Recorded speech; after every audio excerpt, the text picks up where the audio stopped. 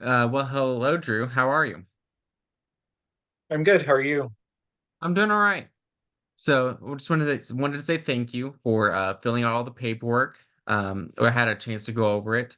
There is one assessment that I did want to do in person with you today. We're going to use this as a baseline to kind of see where you're at today. Today's assessment is called the PHQ-9, which just stands for Patient Health Questionnaire. You do have a copy in front of you. This is going to Mhm. be a great assessment that we can use to kind of keep gauging to see where you're at through your sessions. And we're just going to refer to this multiple times. So we will ask these questions multiple times. We won't do it every session, but we will do this frequently. So I just want to let you know. I do want you just to be totally honest. There's no right or wrong answer to any of these. This is just going to give me a good understanding and a baseline to see where you may need assistance with or see where your goals are in addressing this. Specifically, the PHQ-9 is to look at depression and depression symptoms to determine whether or not you might have a diagnosis for major depression or other kinds of depression diagnoses. And so we will just get started. You do have the questionnaire in front of you. Uh, so sorry. So when you answer these questions, a zero is a not at all, a one is several days, a two is more than half of the days, a three is nearly every day. And we're just looking in the last 2 weeks of your life prior to this Okay. session today. So Okay. when we talk about several days, that could be 4 or 5 days. More than half of the days, we're looking around 7 to 10. And then nearly every day is going to be closer to the 12 to 14 mark. Okay. Okay. So to get started, sorry, let me fix this. All right. Let's get going. Number one, have you had little interest or pleasure in doing things? Um, I would say a one for this one. Okay. Feeling down, depressed, or hopeless? Probably a two. Okay. Trouble falling or staying asleep or sleeping too much. Three for sure on that one. Okay. Feeling tired or having little energy. A two. Okay. Poor appetite or overeating. Probably a two. Alrighty. Feeling bad about yourself or that you are a failure or have let yourself or your family down. Three. Okay. Trouble concentrating on things such as reading the newspaper or watching television. Probably a two. Okay. Moving or speaking so slowly that other people have noticed, or the opposite, being so fidgety or restless that you've been moving around a lot more than usual. Not at all on that one. Okay. Thoughts that you would be better off dead or of hurting yourself. Probably a one. Okay. You did mark off a couple of these. So the last question, number 10, how difficult have these problems made it for you to do your work, take care of things at home, get along with other people?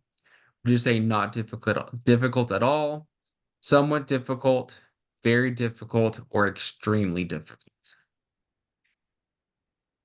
Um, I would say probably very difficult, but only when it relates to like myself. I don't feel like it interferes with my interpersonal relationships, I guess. Okay. So probably just harder on myself than anything else.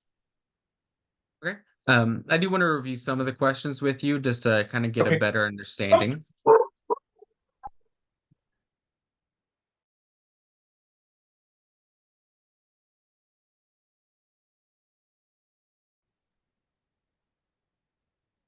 Sorry about that. The FedEx guy showed up, so my dogs went crazy. Where were we? It's all good. So we had just finished going through the assessment once. I did have a couple questions that I want to kind of look back over these questions to get a better idea of where you're at. Okay. Um, so number three, you said regarding trouble falling or staying asleep or sleeping too much. Mark that as a three. I'm just curious why you said a three and not like a two. Sure. So I've kind of had this problem most of my adult life where I either struggle a lot to fall asleep or I wake up multiple times throughout the night.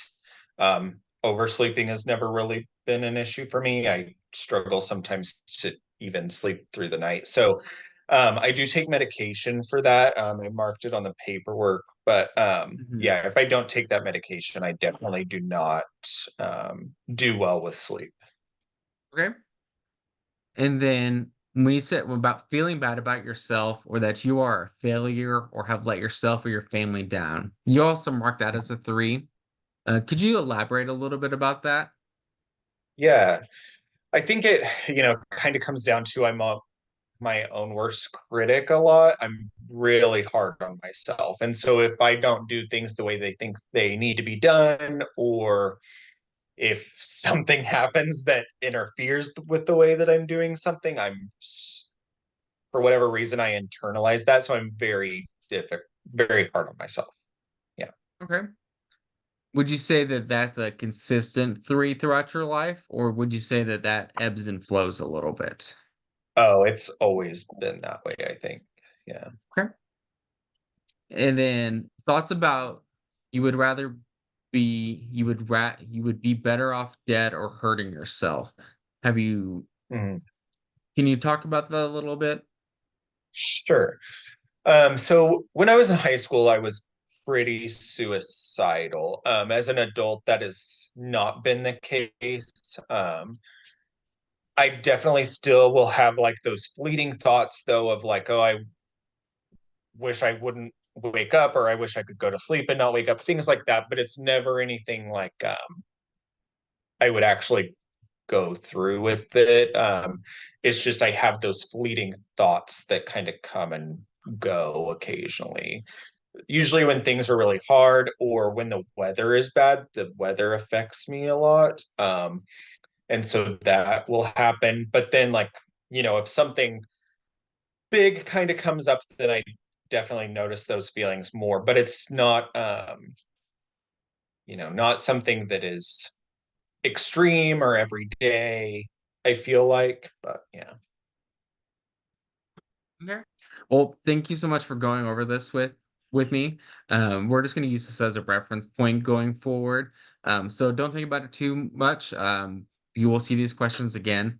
Um, Okay. so I look forward to seeing where this progresses. Okay. All Thank right. you. Thank you.